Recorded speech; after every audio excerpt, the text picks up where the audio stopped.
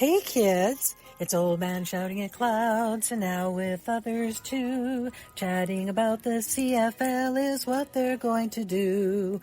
Some have no contacts and others have no clues. Everyone will tell us all their quirky football views. Hear what Old Man and others know. It's the CFL Outsiders show. Hey GT, what are we going to do this week? Same thing we do every week, old man. Take over the CFL. Hey kids, welcome back to another week of the CFL Outsiders. I remain, as always, your 100% unbiased, completely impartial, and not $1 million richer co-host, Old Man Shouting at Clouds. Joining me this week, well, there's an old football adage that nothing heals you up quicker than a backup performing well. And surprisingly enough, MJ, the original, is back with us tonight. Hey, MJ. I had to check the CFL Outsiders depth chart to make sure I was actually playing tonight. All right. And it is a rough start for us here because GT was a game time decision and unfortunately couldn't quite go tonight. So, MJ2 is back with us for a second week. Hey! Thanks for having me back. You're welcome. Thank you for joining in on short notice. We've got a lot to talk about this week. I'll get through the sort of housekeeping stuff. First of all, I try to update people on my fantasy list or fantasy results. If you're interested in what I'm doing, I drop that Thursdays about early afternoon once I've seen the depth charts. This week I scored 128.9 and won fairly handily against Joe of the Rouge, White, and Blue podcast. So I'm at 3-2. All right. Could be worse. We'll see how the season goes. Any week can be a sudden fail. That's about all that I've got. But MJ, you had some news for us. Yeah, it looks like after a bunch of drama, Shawn Lemmon has been officially reinstated by the CFL. He still has to serve his 2-game suspension, but other than that, he's allowed back. Has he been? That's newer news than I heard. I heard he was allowed to apply. I didn't realize maybe he is just allowed to apply, but I thought that was just like a rubber stamp. It's possible. I'm not sure. I mean, Personally, I think it should be because they say it's about integrity of the game and you can't gamble on it, but it was a $10 bet on his own team. And I know I'm going my usual woke self here, but I figure if that's going to get you something suspended for long term, then I don't know why harassing a fellow employee for a year only got someone 9-week games. So by comparison, I've got no problem with them bringing Shawn back into the league. Agreed. Okay. All right. Other little bits of news. The CFL has now officially released their negotiation lists. They've in the past given us 10 players off them. Now they've given them the whole things. I'm not going to bore you with sitting here and reading through them because there's like 2 names that you'll recognize maybe. It's interesting. And in fact, I found someone on Blue Sky that started a transaction list tracker. So they're going to let me know whenever there's a change to anyone's transaction list, which is kind of nice. I never knew I needed it, but I'll have that down. But frankly, I don't see this making a big difference. Very, very few players that are of any note do we ever see there. And it'll be something else in the background. Or am I missing something? No, you know what? I saw we were going to talk about it and I didn't even look it up. I just do not care. Yeah, I saw a news article that said they were doing this, and I thought, oh, okay, cool. And some people who love those depth charts, whatever, they're probably happy, but for me, cool. Yeah, if you're one of the people that's off in the weeds about American college football, and you follow all 3 divisions and all that, then I'm sure there's a lot there you'll get excited about. But that's not me or most of the CFL fans, I don't think. So leave it to them. Nice you're doing it. Nice the transparency is there. But I don't see it making a big change for us. What else? Oh, we had some big news for MJ2 to tell us about. Yeah. for the first time, well, and I'm going to come back to that, there's been a touchdown to win. Yay! How many times do you see those people's names on the screen and you think, who are these people? And you wish the best for them. And you know it'll never happen. It happened.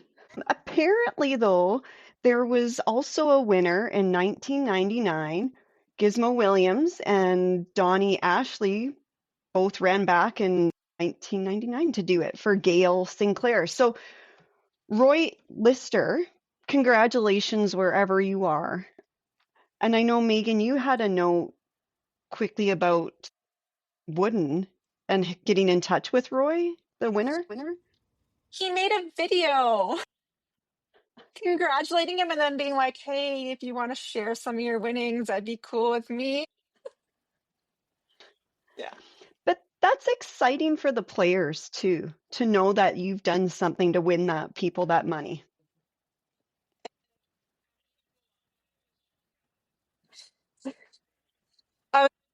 Enoch Mwamba was like, I was trying to stalk Roy on social media and he doesn't have social media, so we can't even find him. Yeah. If this was me, I would have plastered it everywhere. Yeah. Well, I'm wondering if he's really a big CFL fan and if he even knew until somebody called. I mean, how random would that be?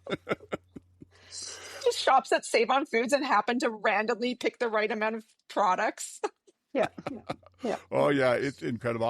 I was saying, well, first of all, I saw the post-game stuff with Wooden, and you could tell he was pumped that had happened on his kickoff return. You know, that'll stay with him for history now. And I was saying, if the CFL and Save On are smart about this, they'll pump this up all summer. You know, I don't know when he gets his money. Maybe he gets it now, but they'll talk about it and really keep it forward all summer. And then on Labor Day, when these two teams meet again, fly him out to the game and have Grant and Wooden give him a giant-sized check at halftime for the symbolic Passover. I would love that. Yeah, that would get them coverage all over the world. So I'm hoping so. CFL. A little bit of marketing. Yeah, exactly. Take the easy stuff. Take the easy wins. It's like a slam dunk. Send Roy to Hamilton. Come on.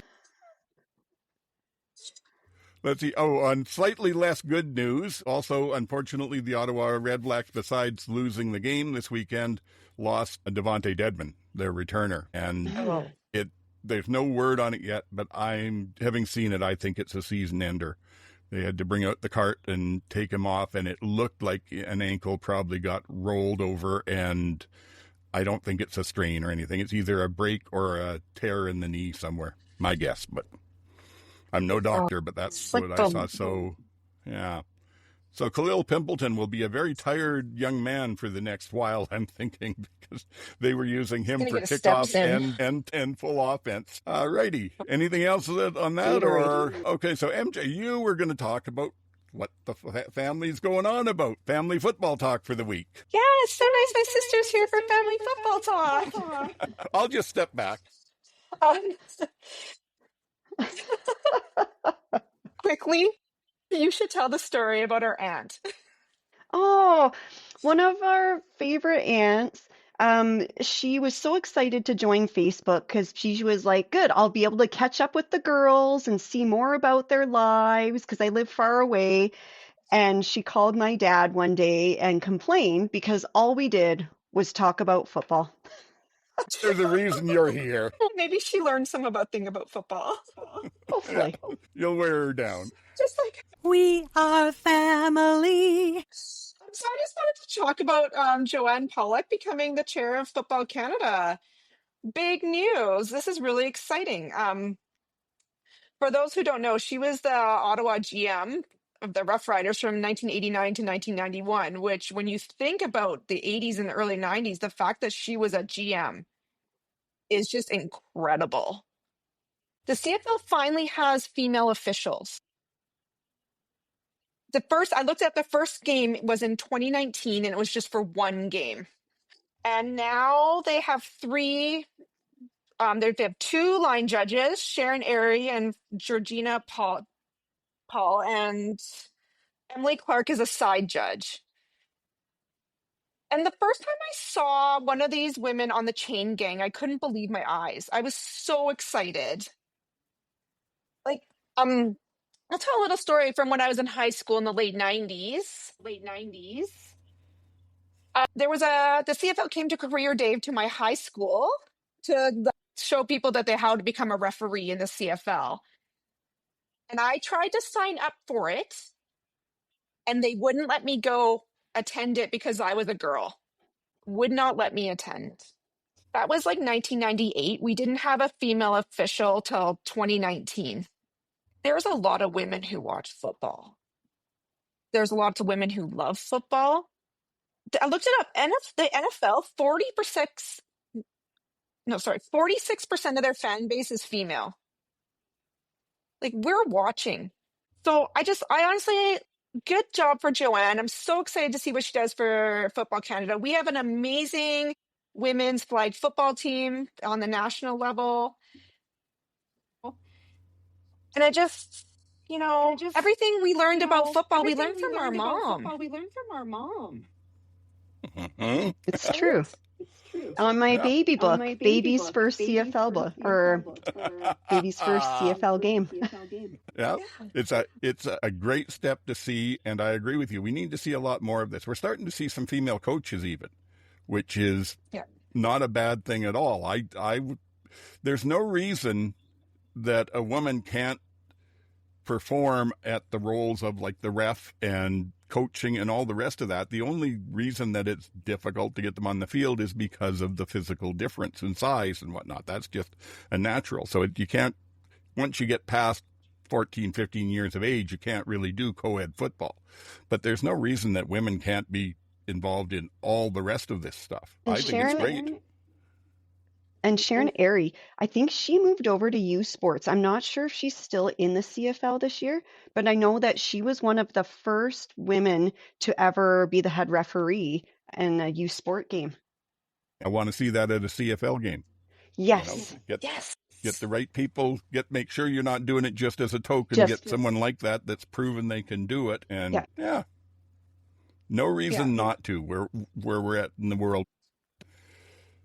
I like to believe at least we're not sliding backwards as fast as our southern neighbors are, and we should be able to keep the momentum going on this kind of equality and whatnot. Like I said, I look forward to the day when it's just not a story. Yes. There has come a time when being a woman head coach or official or GM will be the same place that being a black head coach or official or GM was 30 years ago. It was a news story when it happened, and we'll go through that. But I could see easily we could end up 15 years from now with a couple of female head coaches and just them integrated into the system. I certainly hope so. I hope they're letting women go to the career day at high school now. Hopefully the schools have evolved some, but I wouldn't promise that. It depends probably who's running the whole thing. But yeah, I've seen way too much of that in my time too. Just people being ruled out because they weren't a male, when it comes right down to it. When I coached the junior varsity team here, we had two young women that wanted to come out and try out for the team, and I said yes, and school wasn't exactly thrilled, but we went through it, and they unfortunately didn't perform quite as well as their male counterparts, but I gave them full credit for being out there and for trying to do it. And it was just, that was those two particular individuals. Like I said, at 14, 15, there are still young women that can compete with the men in that same age group. Anyway, that's me pontificating. That was excellent news. I'd love to see that. Yeah. Should we maybe go on to the games then? Yeah, let's do it. Let's talk about this. The first one, which I was fairly adamant that Winnipeg was going to win, and I got overruled. So the CFL Outsiders pick'em got this game right. Winnipeg 16 at Calgary 37. Anybody have any thoughts to jump in on? Stampede Bowl. I've got the hat in the background to celebrate. I didn't put it there. But that's so exciting for Dickinson and the Stamps and the whole city to win the Stampede Bowl during Stampede Week. That was great. Yes. So what you're telling us is the Stampede Bowl hat is photobombing you. Yes. It was great for them and a decisive win. You know, it's their defense really carried the day for them with those 2 pick sixes. It took Winnipeg's. Well, it didn't take them out of their running game. I was really surprised when I looked because I'd picked Brady Oliveira on my fantasy team, and I thought, oh, great, they're behind. He won't get anything. He had 112 yards rushing and 51 through the air. So he got a lot of carries and a lot of yardage, but it was too slow. They're not built to come back from being behind like they were. No. Oh. And Mills had a good game too for Calgary. So if you're comparing running games, not quite similar yardage, but close, like 18 carries. That's a lot. Yes, and the win. So, you know, it's even Well, better. yes.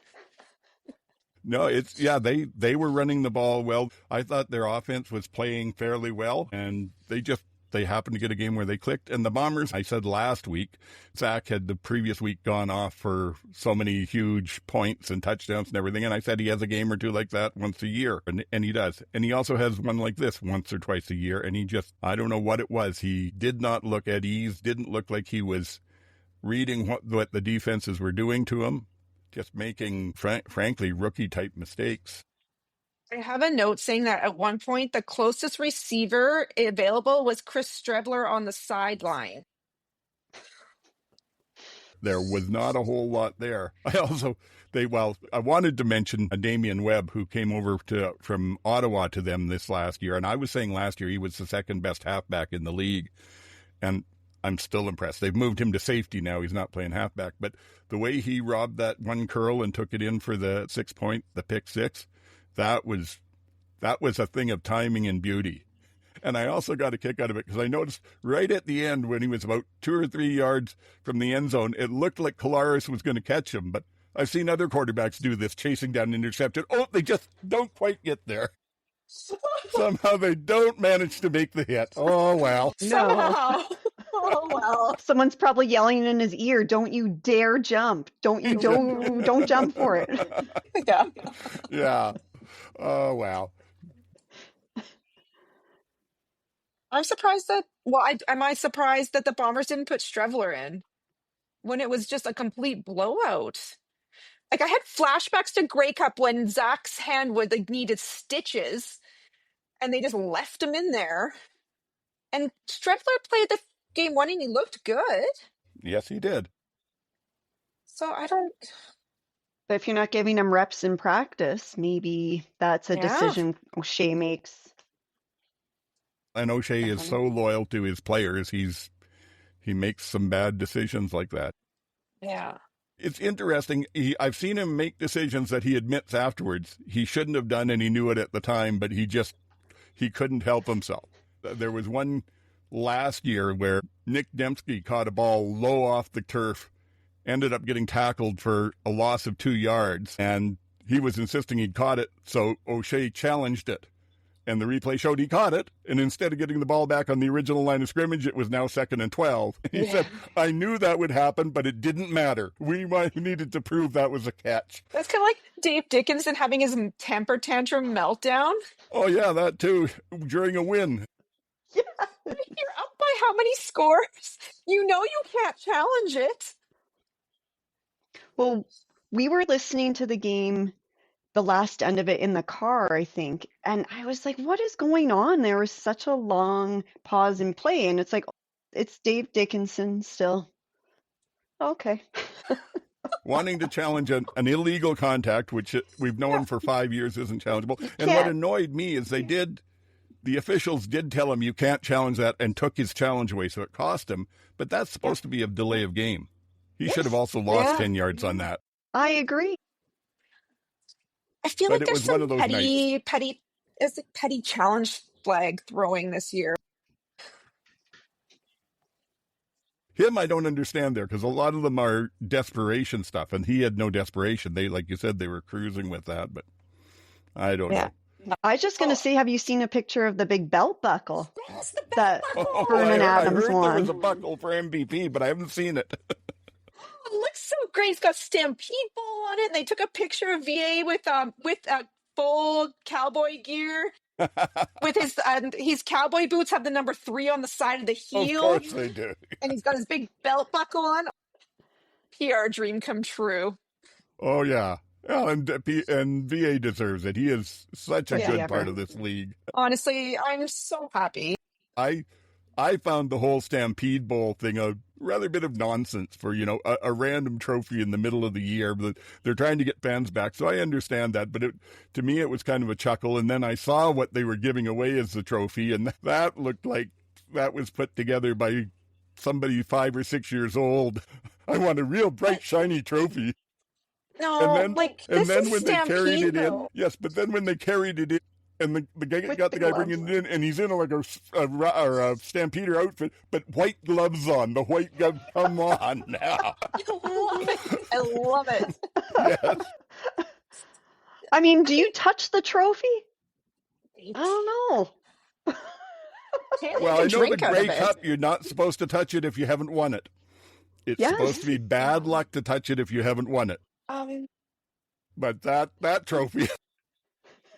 It is Stampede though. Stampede is gaudy. It's over the top. It's like a little bit ridiculous. And I just have a note, it's just, I was kind of grouchy about the whole Stampede Bowl thing, and then I kind of really got into it, like Moamba, racing the cow. Yes. And I was like, and they showed it 1,000, but I was like, it's fun to have fun. It's yes, it is. It's just, and the team bought into it wholehearted. The CFL, the commissioner was there. Everyone bought into it. It was, Brett Michaels was there. It was fun. Yes, it was. And for anyone who didn't actually see it, the cow Enoch raced against was a man in a cow outfit. He wasn't actually racing the world's fastest cow. Now that I would also like to see. For a second, I thought it was when they were talking about it, because they're like, he's going to race a cow. And I was like, is he? Yeah, no, and they were bugging him through the weekend. So apparently that wasn't the world's fastest cow. That wasn't the guy that normally wears the cow outfit, and it wasn't even his backup. It was the backup to the backup that Enoch beat. It's one of my favorite things. With a 15-yard head start. Yes, it's one of my favorite things about going to a Stamps game is watching that cow run. Well, I mean, whatever backbencher it is, still fun. That was a great game to kick off the weekend for anybody but a Bomber fan. I'm sure they weren't happy with it, but that was just, it got a little boring in the second half when it was obvious they weren't coming back, but it was a great way to just kick off what was a fun weekend. Yeah, and then they had the Stampede Bowl. They had the bowl at the parade the next day. Oh, did they? I did not know that. I didn't even know there was a parade. Oh, the Stampede Parade. That's good. Yeah. Yes, they were in the Stampede Parade. Well, that makes sense. Shania Twain. We always say that the CFL doesn't market enough. It's great to see that. Yeah, it's awesome. That one, once we got through that and we were still reasonably sane, then we got to the next night, which had to be the game of the year for now. Yes, I can see. I'll let you two tell us what the score was. A lot of points to not as many. Yeah. That's about the best way to sum it up. Yeah, over 50 points. Well done, Tycat. Yep, 51-38. And they look good doing it. 38 is not a bad... if you score 38 points normally, you're going to win that game. Yeah, no, I agree. 38 points is it was just one of those games, though, that that they had the touchdown to win. And actually, I called that when Grant, I didn't say it was going to happen, but I said to the folks I was watching with, when Grant got his first touchdown on the kickoff, I said, that's one. If there's ever a game where there's a chance for somebody to win it, it's this game, because we're early. I think we were early in the second half then, but it was obvious there was going to be a lot more scoring. And I kind of thought Grant would get himself another one, but wouldn't surprise me with it. And just, again, great football on both of them. No mistakes, nothing sloppy, just well-played blocking and great returning. When we were talking the preseason about what we were looking for in the CFL, we were talking about the quarterbacks and how we wanted high scoring. I just wanted, can't wait for balls to be aired out all year. This is the game I was waiting for. Yes. Yeah, he was my fantasy quarterback, and Kenny was who I teamed him up with. Kenny and Bo were very, very good to me this weekend. Yeah. I had a set, was it 19 of 24? Well done, Bo Levi. And That's a good stat. yeah, Kenny and Bo, what a combo if they're clicking. I also noticed after the first touchdown, they had a shot of the bench, and they mentioned that, Bo just goes back and sits on the bench and looks at his pad. But they were saying, oh, but you notice Kenny's right there near him in case, just reminding him that I'm close by. And I looked at it and thought, wait a minute, that's not Kenny. That's the entire receiving group is all within about 3 yards of Bo on the bench. Yeah. Not talking to him, but just remember I'm here. I'm open. I will be open. Here's my number. So, yeah, you could tell they were ready to have a big game, too. Yeah. This was the TikTok Live game. And on the TikTok Live, they had it showed Bo went over to Luke Wilson on the sideline and asked him if this was more exciting for him. Yeah, they mentioned that in the broadcast too. Yeah. Yeah. So TikTok went over and asked Luke what he said to him. Yeah. I guess so. It's like a good rivalry already. Yes, and Luke was all set up with a full screen, it wasn't a 50-inch, but probably a 40-inch screen on a bench down there at field level. They had him being able to watch the whole game right there. So I guess, yeah, I don't know. I'm not happy about some of the stuff he says about the CFL, but he's entertaining. I'll give him that for the Friday night games. He's looking to make a name for himself. I'm here for Bo to chirp him. Yeah. Yes.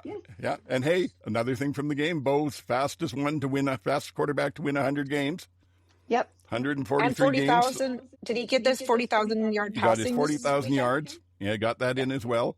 So he's, I think, number 9 or 10 on the all-time passing list now. And Lancaster was 149 games. So he was 6 games quicker to 100 than Lancaster was. As someone who lives in Calgary and around Calgary fans, everyone had written him off and thought that the Ticats were out of touch for bringing him in. But I thought these last couple of games proves why they brought him in. His shoulder was toast in Calgary, and I think they figured it'd never come back. And then probably the best thing that happened to him was that first year in Hamilton getting hurt as much as he did, because it gave him a lot of time for the shoulder to finally come back with no throwing on it. And the last 2 years, he's looked like vintage Bo. Yeah. And I've been enjoying him more because vintage Bo, I really couldn't stand because he was so cocky and just so in your face about everything. Whereas this Bo has gone through some adversity and is a little more appreciative and a little more humble. They had the interview at the end of the game where they talked to both him and Kenny. And I really enjoyed that because he wasn't thumping his chest about, look how great we are. He was talking about how good it is to be on a team like this. And you think about your coach and you think about the culture that you build. And I think that says a lot to that. I will agree with that. I'm not generally a fan, or haven't been a fan of Milanovic in the past, but he's starting to grow on me, the way that he's handling the stuff now. Just a couple other things I was going to mention. Plays that don't usually happen. There was a play that I absolutely loved, and I think it was in the third quarter, but it was just basically a bell run up the middle. And he got about 6-7 yards up the middle, and the linebacker stepped into him and literally knocked him backwards in the air about 4 or 5 yards. At which point, Leon Dobson from the Ticats O-line grabbed him out of the air and just ran forward with him until they got tackled and took it back to close to a first down again. So, whatever works. This is also, was it Kenny that was running backwards into the end zone? And I was like, that's only fun when it's on my team. Yes, it is. It reminded me a little bit of Willie J when he was still with the Riders, that interception that he got in the Banjo Bowl that I think it took him 10 minutes to run the length of the field. Once he saw no one was chasing him, he just kind of idled back and serpentined back and forth the whole distance. It's only fun when it's your team. Yes. Yeah. Awful tough to take when it's not. Especially if you're an Argo fan. That's the thing, is to be an Argo fan, you had to feel somewhat good about the game the way that you scored so many points. I think I heard 3 or 4 different announcers or people talk about the Argos basically being the mouse in the wheel, running as fast as they could and just not gaining any ground at all. Well, when Bo's throwing 40 yards to Kenny, it's hard to counteract that. your defense is right on the field again, right? Exactly. Kenny's was apparently his best game of his career with the yardage and touchdowns he got. Yeah, over 200 yards. I was also disappointed, and I thought UMJ would probably be more disappointed to see that O'Leary Orange got a touchdown that got called back on penalty. I know. Unfortunate. It was a good throw. Everything was there. I think it was a holding call or something. But Always made a up holding for it. call. Yep, what? There we go. Sure, yeah. Yeah. They're getting ahead too fast. Slow them down. I think he threw it I think they scored on the next one to someone else, or maybe that was one of the field goals. I don't know. I wanted to mention that I noticed Mark Milton of the Argos stopped it from being 58 to whatever, because there was a play with White in the second half of the game there where he came around the end and there was nobody to stop him, and Milton laid out, and literally it was a shoestring tackle. He slapped White's ankle and heel, and it was enough to knock him down. I love to see hustle plays like that. Was it last week where the Argos weren't running after players, or was that another team? Or did Dinwiddie say we are finishing tackles? It could be. I know we talked about BC and Ottawa last week. We're both kind of slow like that. The Argos have generally been going after stuff and playing. As I think that their problem right now is just they don't have the talents on defense they had last year. I think the coaching is getting everything it can out of that team. That's my opinion. Yeah. It's not necessarily an offense problem right now. Well, it wasn't in this game because of how things worked out, but other games it's been. And that's it. I don't know if getting Winton and the Chad back is going to be enough for that team. I was just wondering how much they miss Cameron Dukes. Played 9 games without Chad last year. And he was won 3 or 4 of them. He at least had them in the hunt. I'm sure they would also love to have Kadeem Carey back, who they released, because they're down running backs there now too. So, yeah, you make those big moves and either they pay off or they don't. I mean, Argos suck, so it's really nice to see that sometimes. It had to be said with the 2 Cat fans here. I figured we wouldn't get through this part without that. Yeah. I will say one other thing I found really interesting was in the pregame interview, they had Chatfield, who's the DN for the Argos that they traded to Ottawa to get. And I think he's had a sack every game so far. So he's playing really well. And he said something that I've never heard an American player say before. He said, as a defensive guy, he likes that extra yard off the ball. I've always heard them say, well, it's harder to engage and the offensive line can react to where you're coming from. And not. He said, that gives me a yard to figure out where the tackle's going and how I'm going to attack him. I love that. And he's figuring something out because he's certainly playing well. Yeah, well, you can't tush push in CFL. No, you cannot do that. Although they do allow them to do the stuff down the field where you can all get behind a player and keep pushing him in that crowd. I found it's called tandem blocking in the CFL, and it's not as fun. Yeah. I don't mind it when it's happening like that, where you get a running back that's trying to get like 10 yards, and at 6 yards the whole line gets behind him and you've got 12 people pushing back and forth on each other. I can live with that.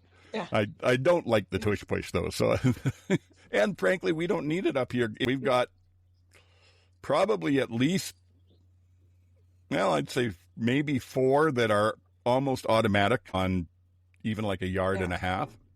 I will say Leech Ray is not automatic.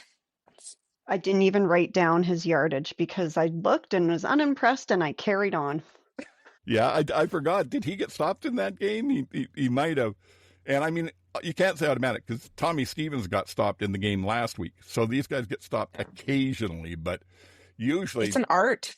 Usually Andre Leach and then Stevens and Streb in Winnipeg, and even this Quincy that the Stampeders have brought on, big guys who specialize in that. They look like all of them can probably get it on almost anything that's within a yard and a half. Whereas there's others that have been good in the past, but have been getting stopped this year. Like Crum's been stopped, and Fajardo got stopped in their game this weekend. And good job, defenses. Probably just drives Luke Wilkin crazy anyway, all these quarterback sneaks. Hey, well, yes, please. More QB sneaks.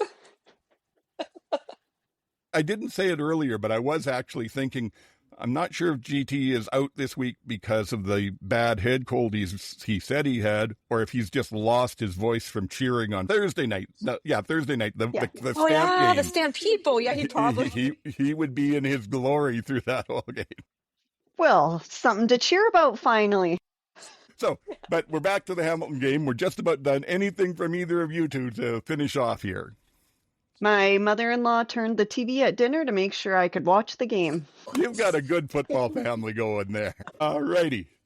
Okay, so let's jump on then to the Saturday night game. This was the one where we'd taken Montreal, and BC came back with a very strange win at the end. I mean, hopefully, the way we talk about these games, hopefully everybody's seen them or you'll probably get lost. But frankly, to have the ball on a running clock with 3 seconds left and you somehow get the snap and get a 12-yard pass and get it down in time for a field goal, that seems awfully iffy to me. CFL magic. I gotta believe it's real that they were watching the clock closely enough. I mean, it's still a judgment call because 0.2 of a second is a reaction time, and that's what they said. They didn't say there were 2 seconds left. They said there were 0.2 of a second. Well, Montreal wasn't watching the clock. Well, because they had just left him half a second longer. Yeah, exactly. You know, that's the whole thing. But while they didn't take him down. He dove and gave himself up, and they gave him. So that's what I'm saying is, you see him hitting the ground and you react to the clock, and that takes more than, I know from my science stuff, how the brain works, that takes more than 0.2 of a second. So it all just seemed iffy. But hey, BC put themselves in a place to come back and win, and it all turned out that way. And it couldn't have happened to a nicer player. Shawn White is probably one of the nicest athletes in the CFL. Yes. Apparently his nickname, same as mine, is Old Man. That feels weird to me because my roommate used to be really good friends with him growing up, and I've never thought of him as Old Man. What does that say about me? I know he had some gray in his hair while he was in that interview. No, he's always 21. He's kicking like he's 21. Yeah. But there's a video out there that the Lions did with just a bunch of the players walking by, and they asked them their team nicknames as they went by. And you were getting a bunch of them, and I guess with Shawn White, it was just Old Man. Oh, man, yeah. He's been kicking for forever. Yes, he has, and still as accurate as ever. There are some very good kickers in football these days. Well, all I could think about was like how much people love Lou Pasaglia. And I'm like, White might eclipse some of that. Ooh, I don't know. I haven't looked at stats. If he does, it won't be stats. Vancouver. Yeah, I think he is, because I think he came up through the Surrey Rams junior system.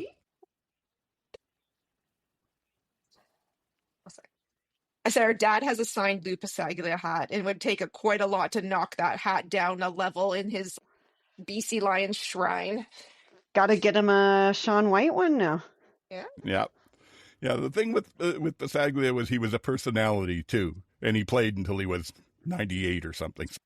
Yeah. Yes. Trying to eclipse him is a bit much, but yeah, because White is a fantastic kicker, but he does tend to be a quieter guy, whereas Pasaglia every now and then caused a bit of controversy and stuff. All right, but what else happened in that game? Well, the Owls started out really well. They had 2 long runs from Thomas Erlington, and then basically a wide receiver screen that Tyson took for, 40-some yards for a touchdown.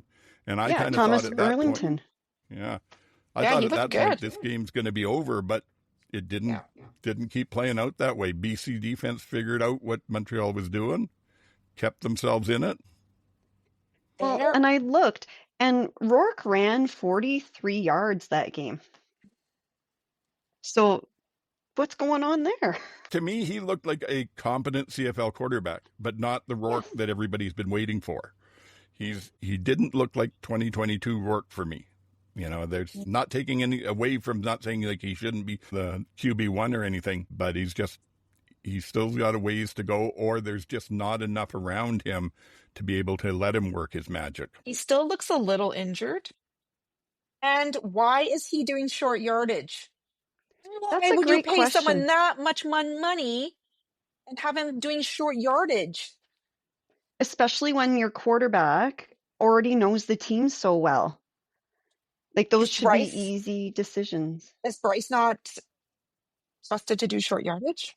I'm sure that the two of you still remember quite well them using Bo on short yardage down near the end zone 2 years ago and what happened there. So, yeah, I don't get it. They were just asking for him to get re-injured.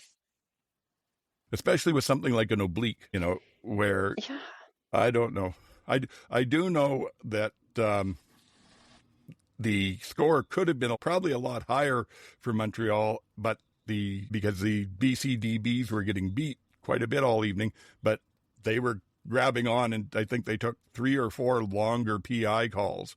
And in every one of them, it wasn't a bad PI call. If they hadn't clutched and tackled the player, he would have been gone for either a touchdown or more yards than they were giving up. So it wasn't spectacular defense, but it seemed to work to keep them in the game. It was 197 yards of penalties for the BC Lions. And I'd be willing to guess over 100 of that was on those 4 different PI calls. Their DBs looked awful. Is Benavides still have a job? How does he still? I don't know. Hey, you're kind of committed to your players at this point, unless they're really, really bad. But it'll be interesting to see BC at Edmonton this week and see how that all stacks up. Was it GT that was riding on Benavides last week too, or was that you, old man? I can't remember. I think it was GT. Yeah, he had nothing to say except for get out. We are of similar opinions there. Benavides never has struck me as being a great coach. I know I've banged on the drum on this before, but to hire a new DC and then, because of the coach's cap, take your existing DC and demote him and say, oh, you're not good enough to be our DC, but you can work for this guy. Yeah. At some point, again, that filters through to your culture too. Yeah, they don't seem to. They seem like a talented team that doesn't really have any rah-rah behind them. It's kind of like when the Ticats got bought by Bob Young, and they were awful for years because they had that awful culture there and it took quite a long time for it to turn over. And honestly, not till the last few years really has it really turned around. So I think BC might be in a similar situation. I think that, I don't know if they'll keep Pierce after this year. Depends on what kind of season they have. But I feel like they really should, whenever they can practically do it under that coach's cap, is they should be turfing out the rest of the coaching staff, and probably do a makeover on scouts and everything that you can. Maybe Chris Jones is available. Oh, no, please don't ever say that. Yeah, because he could break them for another decade. Yeah. But no, once you get that kind of culture in your locker room, it is so hard to root out. Well, I think it was your husband, MJ, who messaged me and said BC didn't deserve to win this game. Neither team deserved to win. No, that's true too. Neither of them were at their best. But yeah. Now the other thing is, I noticed today that Jason Moss said he figures that Alexander will be back after the bye. They're one of the 3 teams on bye this week. So he says he'll be back for, I guess that'd be, where are we now? We're going into week 6. So you'd be back for week 7. They're saying, I'm not sure about that, because there was one point that they gave a sideline shot after one of the big plays Montreal had made. And it was Davis Alex standing on the sideline. And when the play was there, he jumped up and did not the touchdown, but like that. And when he came down, he grabbed his hamstring. He posted an Instagram story of him at a Pilates studio this week, so maybe it is starting to improve. Oh, hopefully, but my experience, I've only ever had a hamstring. I've never torn it completely. I had a bad tear on it from a water skiing accident, because I'm not a great water skier. But my experience with it was, you can almost not notice that you're hurt if you're just walking around. It doesn't pull. Yeah. There's no hurt to it. There's no pain. You can walk fine. As soon as you start to even push off and take like a fast step forward, it just goes away. Yeah. There's nothing there. So Pilates may help, and I hope they get him back, Matt. Yeah, because McLeod Bethel Thompson is not it. Nope. Yeah, I'm baffled by that. He played so much better with Edmonton last year. Did he? He did. Not every game. He had some stinker games. And, actually I kind of thought about that when Hamilton was playing them, because Hamilton last year when he was in Edmonton, went up to Edmonton, and I remember this because I was playing fantasy stuff at the time, gave MBT a game where he got, I think, like 3.2 fantasy points. He was under 50 yards passing. He couldn't do anything, and they just had his number. So, I was probably yelling "put in Ford" from the stands. Yeah, well, they probably were, but that might explain a little bit about sort of how Hamilton did so well against him. He looked a bit better against BC, but still not what I would expect. Well, I wrote down 192 yards. I had to go back and double check it. How do you expect to win a football game if your quarterback's throwing under 200 yards? I mean, he still had the 2 touchdowns, but still. Or rushing the ball a lot either. No. Yeah, so. 11 carries for Arlington. Like jumping and like trying to hurdle people. He got injured, had to go on. Caleb Evans had to go on. And I was like, you only have you and Caleb. Like, you can't be just like hurdling people and like. Yes. Well, give them full marks for effort. I'll say that. I guess. But yeah, you might want to be a little bit smarter when you're already the backup quarterback. I feel like our mom would say, if you have enough energy to have a fight at the end of a game, you didn't leave enough on the field. That's right. That makes sense to me, right. too, yeah. There was that whole ugly thing. I don't know what that was about, but... It's embarrassing. Yeah. The worst part was seeing Jason Moss being interviewed, and he's trying to figure out what's going on behind him. And I have never heard a coach swear so much in a post-game interview, because he's clearly not present, because his team is in trouble. And so I thought, why would you have that interview, TSN? Anyway. If the guy was going into an opposing locker room, that's... You got to expect, especially after you've just pulled out a win like that. He's like, I was just going to go say hi to my friend. Not the time or you place. weren't. You were not. Moron. If you were, you're tone deaf as hell. Yeah. And then everyone's blaming the benches being on the same side of the field, but like...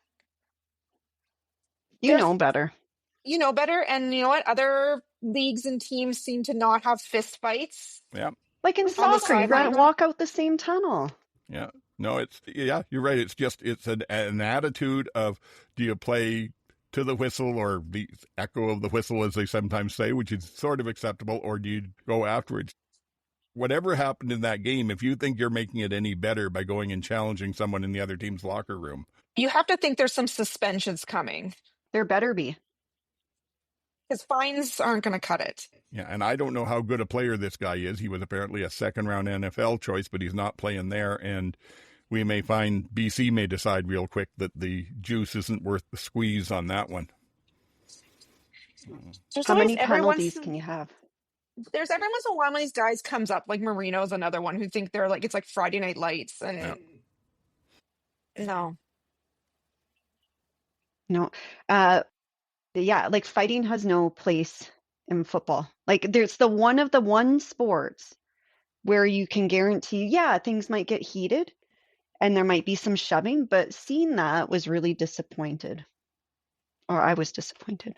To me, that's one of the best things about football is not the pro levels, because they should have learned it by then, but your minor levels. It teaches young men and women how to be aggressive and put everything they've got into what they're doing, and then suddenly turn it off when the whistle goes. Yes. And learn to get that control. And that's a fantastic part of that sport. So, but some people, you hear about it at the pro levels all over the place. There are some people that just can't seem to get past their own ego, and they have enough talent, it carries them somewhere. So we'll see. I also I was just thinking back to when I said this about Hamilton beating MBT last year. I found it interesting in the Winnipeg game, going way back to the Thursday night, that they were talking about the fact that VA's record against the Bombers is almost spotless. I think he's something like 6-1 or 7-1 against them, so may had a lot to do with it and may look well for them for the rest of the season. I mean, don't forget, he went, was it last year or 23 that he went in there early in the season and beat them something like 50-0 to 12 or so with the Bombers. Oh, I can't. Yeah. Was within the last Where's 2 years. GT? He would remember. Yeah, GT would know this. Yes, I know. But hey, we've got to do the best we can here. All righty. Why don't we jump on to the last game? I just want to say quickly, Alouettes had their Canada flag patches this week and their Quebec patches. So they got them on. Yeah. They arrived in the mail. I forgot to even look for that, Yeah. But I will say, though, along those same lines, I've started noticing some of the stuff that GT mentioned earlier in the season about how TSN's done up their Friday night stuff with more information on it and a board that's easier to read. And I do love it. I just hope they keep growing and make some other changes for the rest of the games through the weekend. One more game to talk about. Game 4, Ottawa 33 at Edmonton 39. Another boring Who saw that game score? Certainly not me. And I got to say, the Edmonton offense, right off the bat, Ottawa reacted after about a quarter, but they were moving at will in that first quarter. It was like playing against air. I was at the Stingers game for the first half. And I kept checking my phone, and every time I looked at my phone, the score was ticking up. I was like, what's happening? Just down the road from me. Yeah. It was a barn burner, and I think Brown was a little bit rusty from his injury because it took him a while to get going, but it made for a good game. And there was also one, I don't know what it would have done to the final score, but there was a touchdown that Ottawa should have had that they got taken away from him, and it was Pimpleton. He got robbed. Basically, he caught about a 5-yard pass, and it went into one of those scrums 10 yards down the field, and he popped out the other side and burst to the outside and then suddenly went down, and the play was whistled dead. But when you looked at it, he was under control coming out of the scrum. He was not down by contact at all. And when he tripped, he tripped over the heel of one of his receivers. So wasn't touched. So it wasn't, he was never touched down by contact. And he did get up and try to keep running, and they whistled it dead. Might not have been another touchdown, but it would have been a bigger play anyway. And what can you do? You got to whistle it dead there, I guess, and they go with what they see. But the replays had it quite clear that he'd made the right move. Because did both teams get a touchdown punt return? Yes. Okay, I had that in my notes, and now I'm questioning it. Why wasn't there $1 million for that? Because it's only for kickoffs, unfortunately. Yeah. But yeah, that's, again, who's going to be the special teams player this week? You've got four return touchdowns to choose, which was the nicest one. Yeah, who had the best celebration? Yeah. Who won somebody $1 million? Yeah, okay, yeah, he gets it for that, yes. Yeah. I know, it's like there's going to be some really mad special team coordinators and some really happy special team coordinators and some who are like, you did half good, half terrible. Yes, I was going to say, some of the mad and the really glad are going to be the same person. Yeah, there's lots of film to go through. Yeah, well, and it seemed like there was a lot of kicking in this game too. So, I mean, if you're not scoring touchdowns and you're scoring points off of kicks, that's... Yeah, and Blanchard's really settled down. He's gotten very good. He had a good long one on there, and it looks like he'll be fine with them. I don't know what Ottawa's going to do on their kick return team. I think they still got Harris with them. Maybe they'll put him back there with it. But if they're using Pimpleton, he's going to be a very tired young man before this goes too much further, because he looked, at the end of that game, he was putting everything he had into it, and he looked like he just... Your mother couldn't criticize him. I don't know if he was even... Yeah, I don't know if he would have even been able to walk to the locker room where he looked at the end of that game. He left everything he had out there. That's a lot to ask from one player who's getting you those points, but... Yeah. Now, I was expecting more... Oh, sorry, go ahead. No, go ahead. You jump in. Go ahead. I was just going to say... I was expecting... Do we have to do rock, paper, scissors?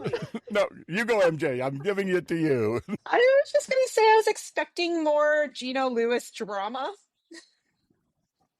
And I didn't really get it. I was expecting it was like his back to Edmonton. I thought he was just going to... Well, he did his little thing, and then I was a defender on Ottawa, did his little... Oh, no, sorry, a defender on Edmonton was like... Maybe did his celebration. No, they said was interviewed before the game and asking them about it. And he said, if we were coming in here 4-0, I'd probably be playing that up a whole lot and having a lot of fun with it, but not where we are right now. We're here to win a football game, and they didn't quite get it.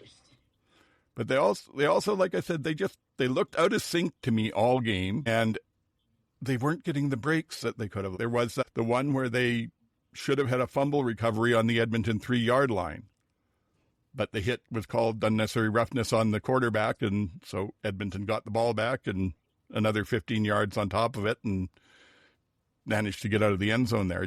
It felt like Ottawa could not get out of their own way through the whole thing. And if I got anything else, one other thing. I know I wanted to talk. Okay.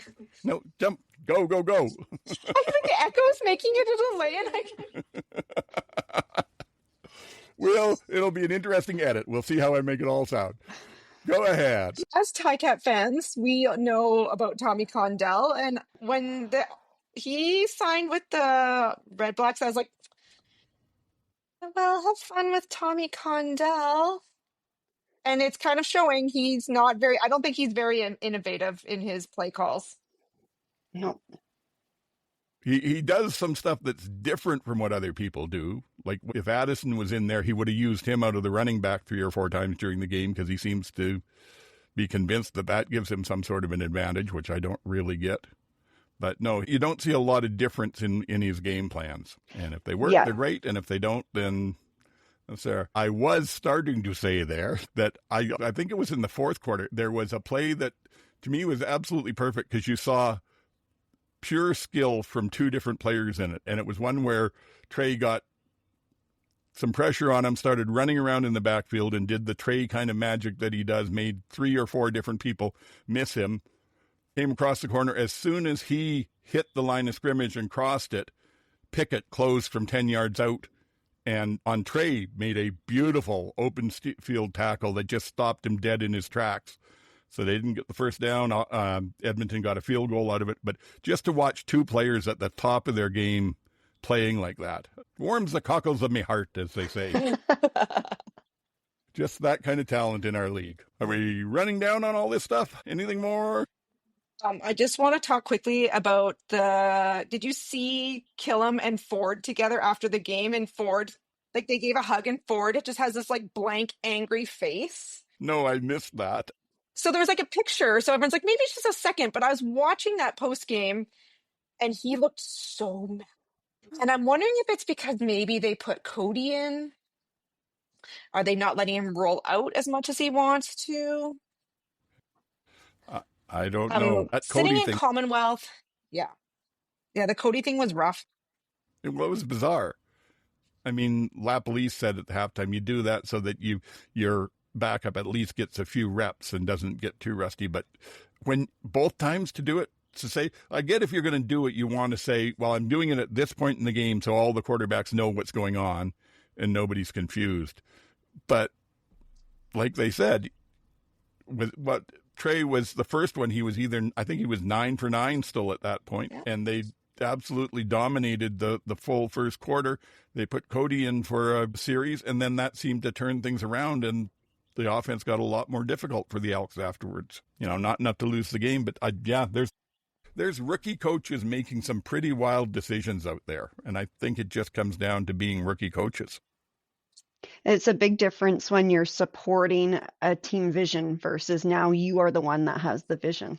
So that's maybe what Killam's bumping into, that growing pain. Well, I'm wondering what we'll see the next time they play. They have BC at home this week.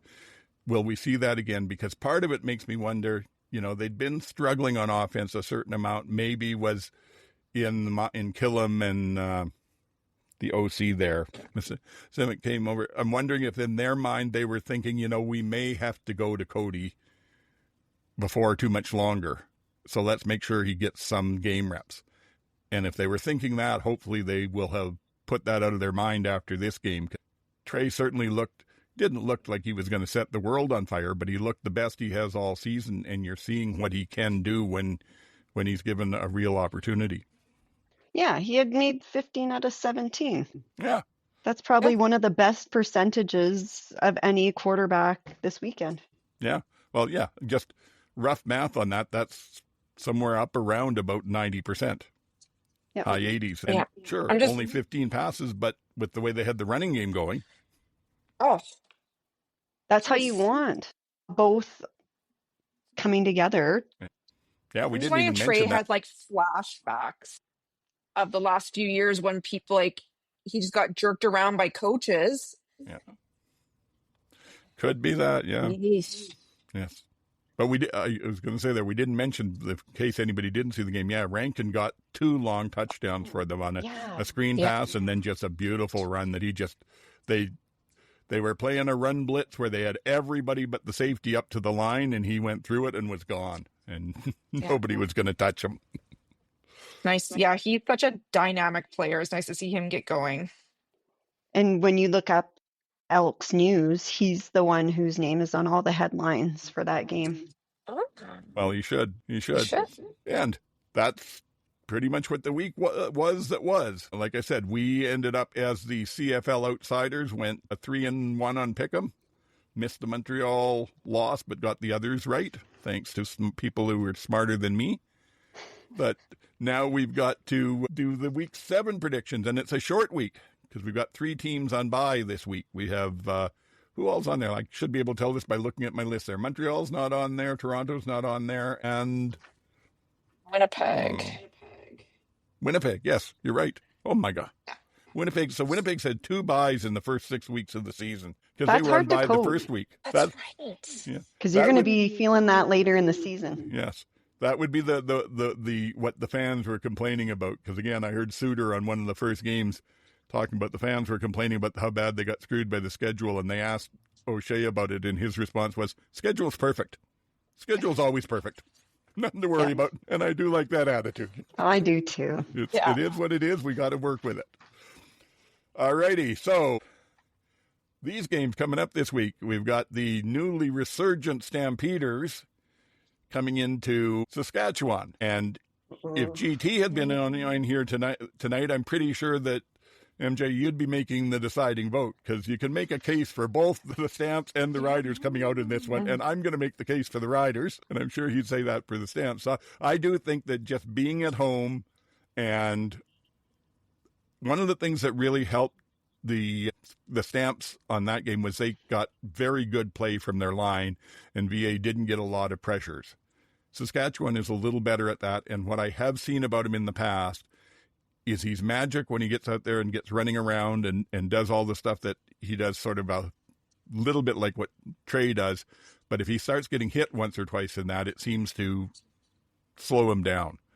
And I'm thinking the Saskatchewan line will get their hands on him a certain amount and may slow him down. I think it'll still be a very good game. I don't think it's going to be by more than 5 points either way, but I will pick Saskatchewan. So now the two of you get to decide if you're going Calgary or Saskatchewan, and that'll be the show picks. Oh, boy. Well, you have the defense having such a great game for the Stamps with those touchdowns, and VA, I don't know, it's hard to bet against the Stamps when they're coming out so hot, but Riders are coming off of a bye week. I could be persuaded either way. I have no idea. Well, you'll have to. One of our rules is you have to make a choice on this. I'm gonna. Well, maybe I should say this might influence it a bit. Your choices are going to count for GT this week, and that's what I thought. Yeah. For GT, I will say the Stamps. There we go. So MJ, VA's got his belt buckle.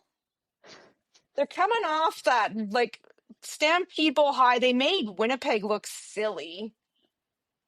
And Winnipeg is on par with the Riders. It is also not a home game for them. No, I know, but it's just, do you think the belt buckle travels? Yeah, I'm sure is it just a team belt buckle now? Well, he must have been the MVP, so he gets to wear it wherever he wants now. And they got a lot of swag. Yeah, don't get me wrong. I'm not belittling anyone who chooses Calgary. This is a very tough game because there's so much that's just so hard to figure out at this point. Saskatchewan has had good defense. Their offense has played well enough to win, but not spectacular either. So, yeah, and it may be something to do with the other fellow I share my brain with that I'm picking Saskatchewan. I don't know. He screams pretty loud. So, I'm going to take Calgary. I think the vibes are vibing. and And I'm GT not even can take crushed. the blame if they lose. Okay. Jumping on from that, Saturday, Ottawa goes into Hamilton. And again, given the dynamics, I think I'll let you two picture first. Hamilton. Okay. Hamilton. Nothing more that needs to be said. Yeah, the games go back and forth, and it's not necessarily going to be a repeat of the other stuff, but I do have to say, Hamilton at home is a tough team, and I haven't checked the stats lately, but I thought they said last year Ottawa hasn't won in Hamilton for like 4 or 5 years. After they came off of that game, yeah, Hamilton, I think Ottawa's going to have to really fight and claw to keep themselves in a playoff spot the way that this season has gone so far. And unless, who knows, when Brown shakes the rust off, maybe he'll be throwing for 450 yards every game and they'll just outrun everybody. But I don't think this week. They'll have to deal with Bo and Kenny. Yes, and that's it. And if they're smart, they'll put double coverage on Kenny, because that's the one thing that I have to agree with every other commentator I've heard all weekend saying, how the hell did the Argonauts go into a game and say, oh, we're going to go man up against Lawler? Our guy can cover him. And to not switch it up. Yeah, exactly. And then after 3 touchdowns, yeah. I mean, I'm fine with that decision. That's great. It worked Always out really cover well. man. Was too, like I said, fantasy darlings for me. I don't know what they were smoking in the Ottawa defense, but I wouldn't have done that. Anywho, so then we go to the Sunday night game. BC goes into Edmonton. This one's a tough one. Does anyone want to go first? Okay, well, I will jump in and say I have no friggin' idea, but we got to call something, and it just feels more like Edmonton to me. I feel like BC, neither of them is going to be on a short week. BC is going to be on a slightly longer week than Edmonton, but the game is in Edmonton. BC has just done travel across the country, and like I said, I didn't see enough of that out of them to make me convinced they're going to win. So I'm going to go with the Elk. Same here. I think if I'm looking at your numbers for offense, I really like how Trey Ford is consistent if they leave him in the game. Edmonton. Yeah. I don't think BC is going to have this DB problem cleaned up in a week. And I don't think they have an answer for Rankin. And if Trey's playing just as well, I think it's going to be Elks. Okay, good. So we've got Calgary, Hamilton, and the Elk for that. And yeah, I agree. That's the other thing with Edmonton is I really didn't know what they were going to do with that receiving core because it did not look good. But they've got players stepping up and making plays. Starting to connect. Gittins Jr. has been doing well. Dunbar's been playing out of his mind. That one catch that I don't know if you saw when they put Cody in for one, Cody missed a throw outside by about 3 yards, and Dunbar somehow got there and caught it. When you have players playing like that, and you've got this culture around Trey Ford, it's hard to stop that once things start to come together. Part of what I say about BC, like I said, they're a very talented team, and they should be able to win games, but they just don't seem to have the attitude. I can't remember the last time I saw a BC player diving to try and make a catch or sprinting after someone who was getting away from them. It seems like they're willing to put in enough effort to do what they think they need to do, but that it's not important enough for them to. That's a mindset. It's the kind of thing you have to do on a split second. You can't decide a second later, oh, I should have jumped for that. There is a Tie-Cat receiver one time who, when Danny McManus threw him a pass and he missed it, this one, and he just pointed at the ground. He's like, the ball was supposed to go here. Yeah. And that's how Talk I feel like about BC is dysfunction. playing. Yes, exactly. And I got to say, that's something that I've complained about that from quarterbacks before. And there was a good example of Bo not doing it on the night. And what I complain about is those ones where a quarterback will miss a receiver by a fairly wide margin. And of course, we don't know, did the quarterback miss or did the receiver run his route wrong? And there are quarterbacks that will, as they're coming off the field, will be motioning to the guy and waving and going, no, you should have gone deeper. I needed you out there. And I've always said, you don't call out a teammate in public like that. You go to the sidelines and have that discussion. And then it's good. Because otherwise, all you're really doing is saying, oh, see, it wasn't my fault. It was him. He did wrong. And I hate that. And then I noticed in the Hamilton game on, where were we again then? That was Friday night. There was one with Bo talking to people like that, but only because they put the field mic on him as he was coming off. And it was just after they'd taken a time count penalty. And they're running off, and the receivers are all around him, and he's saying to them, look, on that, you need to be clustered in, get in it tighter, get away from the huddle tighter, we got to get in and out of it. So he was giving good coaching advice, but it was private. It wasn't being put out to and he was one of the ones that in his younger days was the worst for calling out receivers. So, again, another sign of maturity. That's why I've become a believer these last few years. You get to get some overalls. Believer. I wore Boveralls. Well, they didn't call them Boveralls at the time, but I wore Boveralls almost all through high school. I just liked the look. All righty. So that's all our attention. This has been so much fun. And thank you. Thank you both for being here. And thank you, MJ, too, for being here on such short notice again. And thanks for having me. Bench. This has been a really good one. So, all righty. Anything else that you all want to talk about, or are we going to sign off? And okay, so MJ, thank you. It's going to be fun, but I think this will be a good one. So MJ, too, last week you gave MJ's contacts. Are we still doing that this week? Yeah, if you want to get in touch with me, I know where she lives. So she'll pass along the message. Okay, and thank you again. Now, MJ, your social medias and shot back. As a reminder, I only accept compliments about the Tiger Cats in my DMs. You can find me at Sports and Plants. Happy to talk football anytime. Good. All righty. And I'm, of course, at oldman-SAC on Blue Sky. We're on X as the CFL Outsiders. Don't do a lot there, but you can hit us up if you want to. And we got the old-fashioned email if anybody wants to do it. Oldman, all one word, .shoutingatclouds, all one word, at shaw.ca. And all that will be in the show notes and stuff if you didn't get them down here. Thank you for joining us. I hope we've entertained and educated you a little bit.